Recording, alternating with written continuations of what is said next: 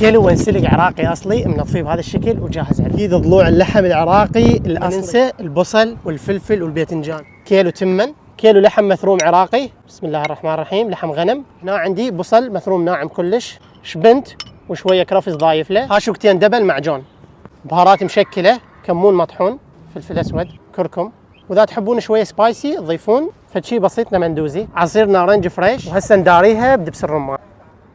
وهسه نقول بسم الله، واخر مرحله نملح. نغسل يدينا كل زين ونعقمها ونقول بسم الله ونخلط لنا خلطه معدله لكل المواد. وهسه نقول بسم الله ونبدا نحشي الخضروات كلها.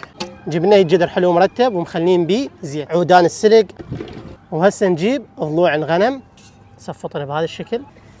وهنا عندي باقله خضراء اضيفها كلها. اصفط البصل وبعدين اخلي كل الخضروات الباقيه فوق البصل. وهسه هنا جدر جاهز عندنا ورا ما صفطنا الخضروات وبعدين السلق على الوجه. وهسه نجيب الجدر ونخليه على الطباخ ونشغل الطباخ على العين الكبيره. هسه نقول بسم الله ونضيف الصوص بهذا الشكل، ماعون نظيف بهذا الشكل نخليه على الوجه وضغطه بسيطه. هسه نغطي الجدر بهذا الشكل ونعوفه على نار عاليه اول ما يبدا يفور عندنا، بعدين ننص النار ونخليه لمده ساعتين. الدولمه مالتنا جاهزه، خبز عراقي حار، خلي لنا خبزه صفح هيجي. بسم الله، تعالوا شوفوا لي الجمال. باعوا لي الضلوع مال اللحم شلون مستويه، باعوا لي اللحم. بسم الله الرحمن الرحيم. كل شيء بهالدولمه يبكي.